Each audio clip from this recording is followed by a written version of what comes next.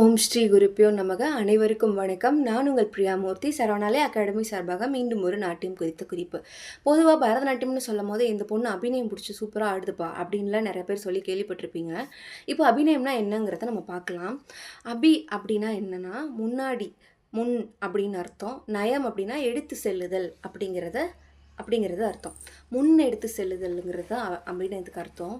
இதை ஏன் இப்படி சொல்கிறாங்க அப்படின்னா, ஒரு நாட்டியம் ஆடும்போது அந்த கதாபாத்திரத்தோட அதோட என்ன கருத்து, அதுக்கப்புறம் உள்ள உணர்வுகள், இது எல்லாத்தையுமே உடல் அசைவுகளால் மூலமாகவும் முகபாவனைகள் மூலமாகவும் ஆடை அலங்காரம் மூலமாகவும் நம்ம எடுத்து சொல்கிறது தான் அபிநயம்.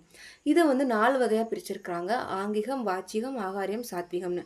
ஆங்கிகம் அப்படின்னா, நான் இப்போ ஒருத்தர் அழகாக இருக்காரு அப்படின்னு நான் சொல்கிறேன்னு வச்சுக்கோங்களேன். அது அவர் அழகாக இருக்காரு அப்படின்னு நான் சொல்கிறேன். இப்போ நான் என்ன பண்ணேன், ஒரு ஒரு ஒரு கையை இதை பண்ணி நான் யூஸ் பண்ணேன் இல்லையா, அது அவர் அழகாக இருக்காரு அப்படின்னு நான் சொல்கிறேன் இல்லையா, அது வாச்சிகம். ஓகேவா? இப்போது நான் இது சொல்கிறதுக்காக நான் ஒரு ஆடை அலங்காரம் பண்ணி, நான் ஒப்பனை பண்ணி, நான் ஒரு பூ வச்சு அழகாக மேக்கப் போட்டு, இந்த மாதிரி நான் ஜுவல்ஸ்லாம் போட்டு நான் அதை பண்ணி காட்டுறேன் இல்லையா, அந்த ஜுவல்ஸ் போடுறது, மேக்கப் பண்ணுறது, ட்ரெஸ்ஸிங் பண்ணுறது, இது பேர் ஆகாரியம். உள்ள உணர்வை அப்படியே எடுத்து சொல்கிறது பேர் சாத்விகம். ஓகேவா?